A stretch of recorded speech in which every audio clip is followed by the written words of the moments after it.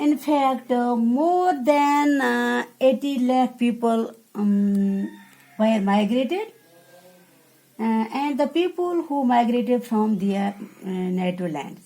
Independence means for them is life in refugees camps. In refugees camps,